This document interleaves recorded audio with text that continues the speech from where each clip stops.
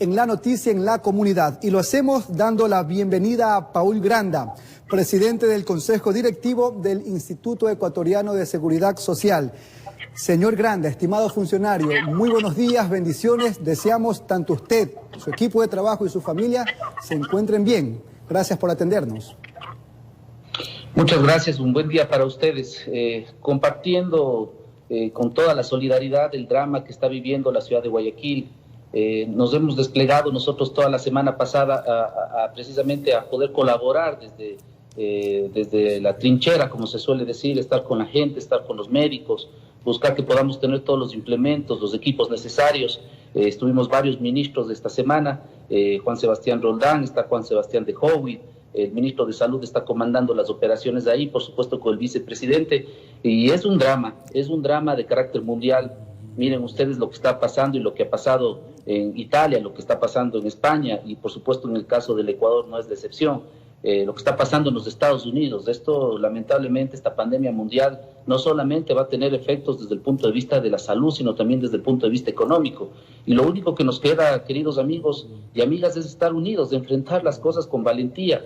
Agradecerles a esos médicos que se están sacrificando todos los días, a ese personal médico. Sabemos que es muy complicado, que es muy difícil. Yo he recorrido varias unidades hospitalarias y he estado con ellos y estamos buscando todos los mecanismos para que efectivamente cuenten con todo lo necesario para cumplir con sus funciones. Muy duro, nuestra solidaridad, nuestro cariño, y no solamente eso, sino nuestra presencia para poder seguir colaborando con Guayaquil y con la provincia del Guayas. Estos días yo me trasladé a la ciudad de Quito. Necesitamos preparar los hospitales aquí en la provincia de Pichincha, pero inmediatamente regresaremos a Guayaquil para poder seguir colaborando con esta misión.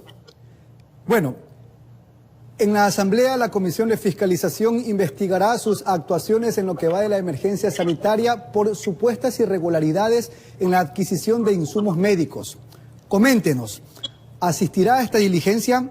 ¿Cuenta con una coartada y continuaría frente del directorio del IES para ese entonces?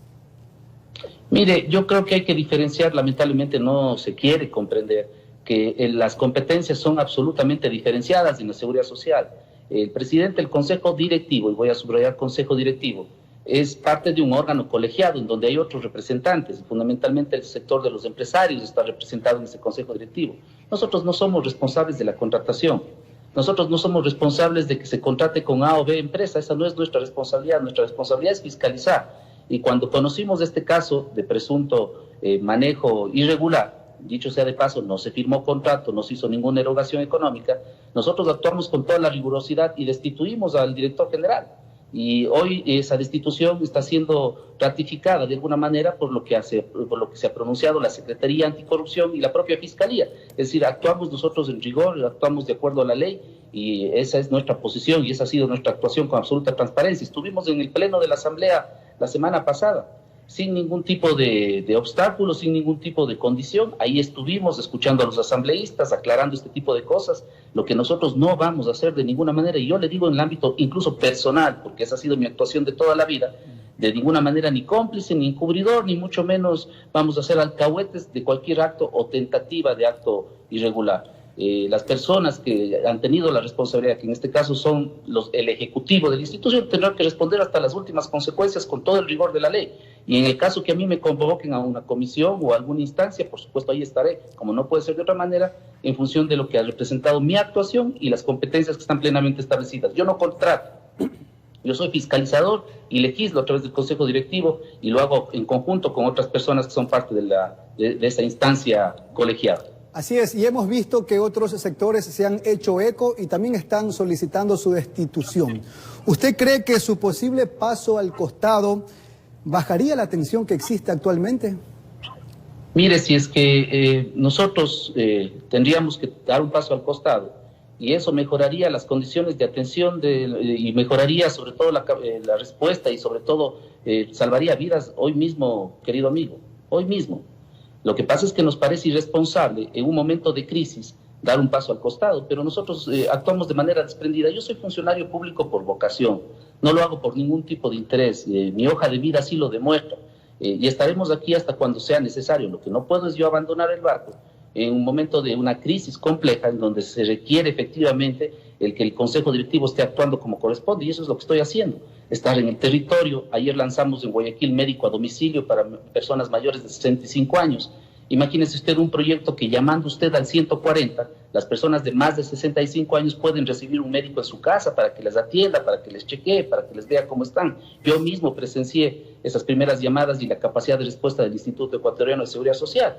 Es decir, si es que nosotros con nuestra continuidad podemos seguir apoyando en esta crisis, con mucho gusto, pero si es que nuestro retiro ayuda para mejorar las cosas, por supuesto.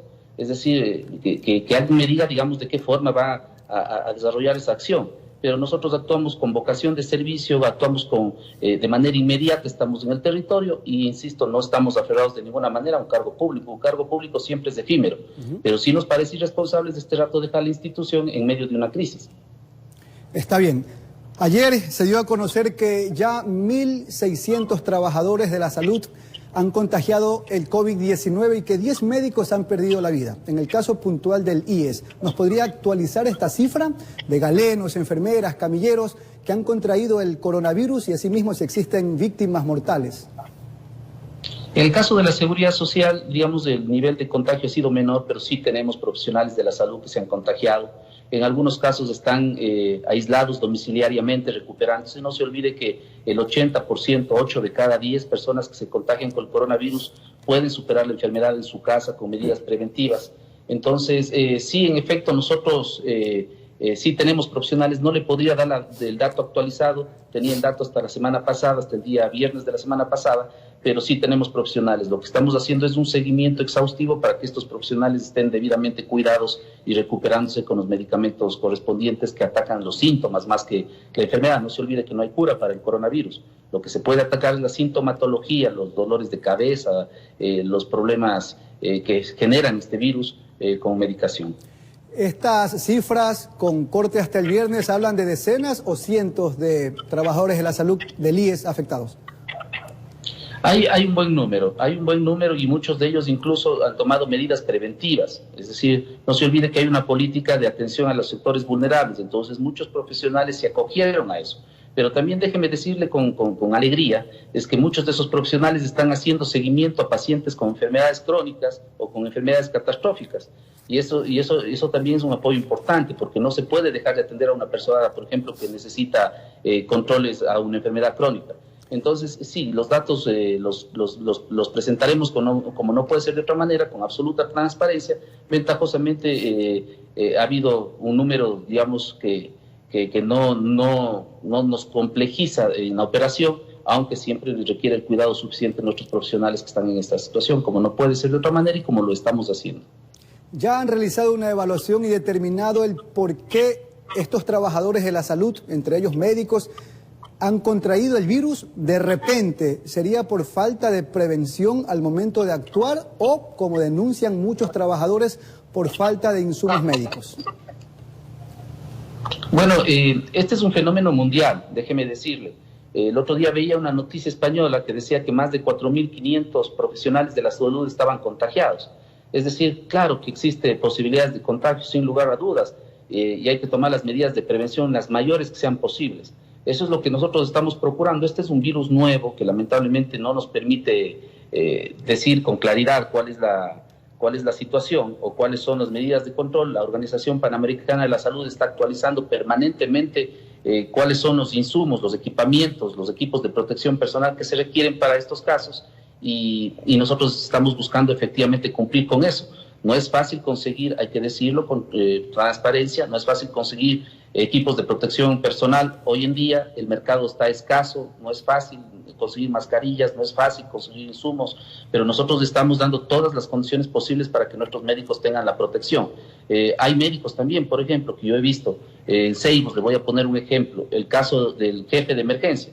Lleva ya 35, 40 días de emergencia atendiendo personas con COVID. 1.000 personas diarias atiende el hospital de Los Ceibos y está muy bien. Es decir, ha logrado con medidas de precaución estar en perfectas condiciones y no contagiarse. Digamos, hay casos y casos y obviamente es parte del riesgo del trabajo que nos toca asumir. Incluso nosotros que no somos médicos y que hemos estado ahí en los hospitales, por supuesto es el riesgo que nos corresponde asumir, por eso asumimos responsabilidades y funciones. Claro, y entendemos que es un trabajo titánico y muy arriesgado. Estimado funcionario, ciertos videos aficionados muestran decenas de cadáveres apilados en hospitales del IES. Primero, corrobórenos, confírmenos. ¿Esto es cierto? ¿El contenido es real? Y de ser así, ¿cómo es que se llegó a esta situación? Porque la crisis es mundial, estamos hablando de una pandemia, la cantidad de fallecidos es enorme. Es decir, es claro que los sistemas de salud, si bien hemos logrado dar una respuesta, pero también en algunos ámbitos nos ha desbordado. Ventajosamente hoy ya se tiene un mecanismo, un esquema para dar un tratamiento adecuado a aquellas personas que han perdido la vida, que los cadáveres, para que efectivamente sea mucho más rápido, incluso lo entrega a sus familiares. Y hay un esquema que lo está liderando Jorge Huarte, que lo está liderando de manera muy eficaz, y efectivamente eso nos va a permitir dar un tratamiento más eficiente y mucho más que le dé tranquilidad, en este caso a los parientes de las personas que han fallecido. Tenemos que entender que estamos en una situación de emergencia, tenemos que entender que estamos en una situación de pandemia mundial. Esto está pasando en todo el mundo, incluido en los países desarrollados. Es decir, todos los sistemas de salud que estamos en esta situación, de alguna manera hemos colapsado, ¿sí? Aunque todavía tenemos posibilidad de expansión en Guayaquil, estamos haciendo todo el esfuerzo necesario para tener más unidades de cuidados intensivos, para tener más camas de hospitalización, pero eso requiere recursos y requiere tiempo. Entonces, también estos otros consecuencias, digamos, son complejas de manejar, pero ventajosamente se ha logrado tomar control y de a poco se está solucionando. ¿Confirman, ratifica entonces la existencia de decenas de cadáveres en hospitales del IES, especialmente acá en Guayaquil, estimado funcionario? Sí, que ha ido disminuyendo poco a poco con el tratamiento y la metodología que se ha planteado desde la conducción de Jorge Huarte. Es decir, se está ya dando el tratamiento adecuado a través de estos mecanismos que se ha establecido a través de varias instancias que están participando para esto. De a poco se va regularizando y de poco se va también generando lo que corresponde es una cristiana y una adecuada sepultura de las personas que lamentablemente han perdido la vida. Y esperemos que así sea. Existen muchas personas que denuncian el extravío de sus seres queridos fallecidos en hospitales del IES acá en Guayaquil. Le hago una consulta. ¿Cuentan con un registro de estos cadáveres desaparecidos para conocer el número? Nosotros sí, nosotros tenemos con exactitud el nombre de las personas. Sí hay personas que no han sido identificadas, pero ese es un porcentaje menor y se está buscando ya mecanismos a través del registro civil, a través de varias instancias para la identificación de estas personas que lamentablemente en un momento de emergencia no llegaron con documentación a los hospitales. Entonces ha sido difícil identificar, pero es un porcentaje menor. Hay un mecanismo también de identificación que lo está, insisto, liderando el ministro Huarte. Por otro lado, el BIES destinó $100 millones para préstamos quirografarios, así paliar un poco el problema económico. Recuérdenos hasta el momento cuántos de estos préstamos emergentes se han otorgado. Bueno, y hemos llegado ya a una cifra de $20 millones de colocación. Estamos hablando de más de 18.000 personas que se han visto beneficiadas de este crédito. Es un crédito interesante porque sirve para las familias, para paliar de alguna forma esta situación crítica, esta situación de inactividad económica. Esto vale la pena decir, son créditos con 3 meses de gracia, es decir, no se les cobra, en este caso a las personas que obtienen este crédito en 3 meses, y los créditos son para 3, para 6 y para 9 meses. Ya vale la pena que la renta es bajísima, es del 6.5% hasta el 8.5%. Ha sido un crédito exitoso, el nivel de negativa de esos créditos es mínimo, es de menos del 1%, es decir, todas las personas están accediendo, y lo cual no quiere decir que se hayan eliminado los otros créditos quirografarios. Si usted quiere un monto mayor a $2.500 y tiene condiciones de hacerlo y posibilidades, puede hacerlo a través de la página web del Seguro Social, del BIES. Es muy fácil. Usted obtiene ese crédito en 48 horas, en 72 horas está acreditado los recursos. Pero en ese caso la tasa de interés ya aumenta, me imagino, cuando es más de $2.500. Sí, pero es una tasa de todas formas baja. Digamos, si usted compara con el mercado financiero o privado, la tasa es extremadamente baja. Entonces sigue siendo positivo. Y estamos analizando incluso bajar la tasa, sobre todo para beneficiar a las personas de la tercera edad. Entonces siempre se están estableciendo políticas, acciones que en esta situación compleja que vive el país emergente seamos todos solidarios. Hay muchos afiliados que denuncian el colapso de la página del IES. Recuérdenos si existe otra vía para poder solicitar estos préstamos ante esta situación. Hay una posibilidad que es del 1-800 BIES. Es decir, si usted marca 1-800 BIES, usted también puede acceder a información y le podrán orientar en el tema de los créditos. Déjeme decirle también que por ejemplo, en los créditos hipotecarios, muchas personas han entrado en situación de mora. para ellos hay la posibilidad de refinanciamiento. Este es otro producto importante. Usted puede refinanciar su crédito hipotecario hasta 30 años y se le puede dar 18 meses de gracia para que no pague el crédito hipotecario. Este es un mecanismo que creemos que va a beneficiar al menos a 30.000 familias ecuatorianas. Entonces, esa es otra posibilidad que sirve para aquellos que están en situación de mora de sus créditos hipotecarios. Estamos haciendo todo lo que está a nuestro alcance, créame. Este es un momento muy complejo para el país, esto es importante decirlo, muchas de las veces no lo palpamos porque la mayoría de gente está en casa, se está protegiendo y eso es lo correcto, pero estando ya en los hospitales, estando ya en los lugares donde la situación es complicada, uno se puede dar cuenta del tamaño de esta situación. Por eso el BIES y el IES están solidariamente cerca de la gente. Servicio médico a domicilio, ¿cuál es el alcance que ha tenido hasta el momento esta iniciativa? Esta iniciativa arrancó, como le decía, en estos días en la ciudad de Guayaquil. Esta es una gran noticia para la ciudad de Guayaquil. Este servicio ya lo teníamos en la ciudad de Quito hace 4 meses y ha funcionado de manera exitosa. Por eso decidimos y teníamos programado, lamentablemente nadie sabía que íbamos a tener este coronavirus, no pensamos que iba a llegar tan pronto al país y no sabíamos del impacto que iba a tener. Lanzamos estos días médico a domicilio. ¿Cómo opera? Usted llama al 140, que es el número del call center del IES, usted da su número de cédula y si usted tiene más de 65 años o menos de 5 años y quiere atender a uno de sus hijos menores de 5 años, usted puede pedir el servicio de médico a casa, de médico a domicilio. Ahí le hacen un triaje rápido, digamos, le hacen una investigación de cuál es su estado de salud e inmediatamente, dependiendo de la distancia, el médico llega a su casa y le atiende, le chequea. Hoy los médicos en Guayaquil están con todos los equipos de protección, como usted entenderá. Es decir, muchos temas que van a atender los médicos van a ser temas respiratorios o posibles COVID, entonces ellos están con todas las medidas de protección. Yo incluso acompañé a ellos el día de ayer en la ciudad de Guayaquil y atienden a los pacientes, les dan medicamentos y de alguna manera les hacen un seguimiento para recuperar su salud. Ya para finalizar, recuérdenos, ¿cuántas pruebas de COVID-19 está realizando y procesando el IES diariamente? Este también es una muy buena pregunta porque también es una gran noticia la que tenemos. Hemos logrado habilitar los laboratorios de Quito, de Guayaquil y de Cuenca para las pruebas COVID-PCR, que son las de biología molecular, las que tienen 100% de efectividad o casi 100% de efectividad. Desde el día de mañana, el Hospital Teodoro Maldonado y su laboratorio podrá hacer pruebas de COVID-PCR. Entonces, esto va a permitir que la respuesta que tengan ya no solamente el INSPI, el Ministerio de Salud, sino nosotros sumados, dupliquen su capacidad de respuesta. Es decir, esto nos va a permitir dar una respuesta más eficaz y más oportuna, en este caso a los pacientes. Esta es una gran noticia que da la seguridad social a los ecuatorianos. Quito, Guayaquil y Cuenca se suman y vamos a poder hacer pruebas en alrededor de 1.200 a 1.500 diarias. Ya va a depender en función de cómo se recolectan las pruebas y cómo llegan a estos 3 puntos del país. Una última inquietud, me acaban de consultar por acá. ¿Cuáles son los pasos a seguir del afiliado para acceder a una de estas pruebas? Es una orden médica, es decir, fundamentalmente se privilegia, como no puede ser de otra forma, aquellos pacientes que están con sintomatología y que están siendo tratados.